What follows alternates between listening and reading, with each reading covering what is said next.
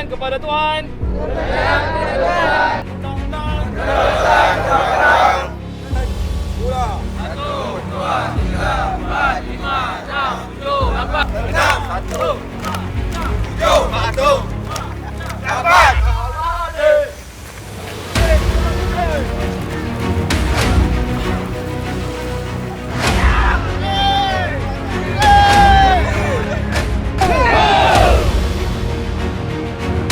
Apa yang saya nak untuk kumpulan pen beranak, saya bagi pen 2 dan kelas 2.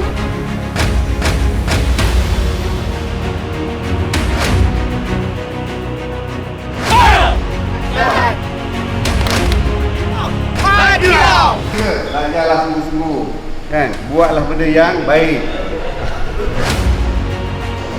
Pemimpin mesti nilai utama tu dia. Ya. Jadi kita gunakan semua diri ini untuk buat pergerakan di waktu malam. Okey, daripada kiri nombor 30, 31. Malam ni peserta buat network di kawasan Paya, di kawasan Ceparu Hutan.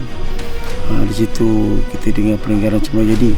Contohnya macam bunyi katak, bunyi burung, tukang. Best. Finishing dia paling baik.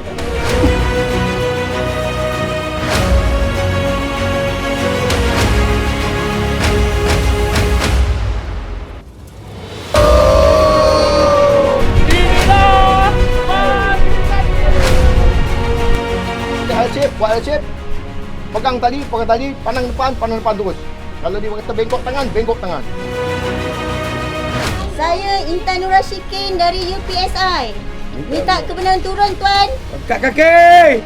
Tembak. Go.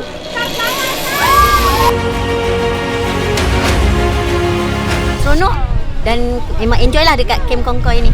Rasa sangat teruja, first time cuba flying fox ni. Nervous tu tetap ada, tapi rasa must do it. Nervous tetap nak buat, insyaAllah.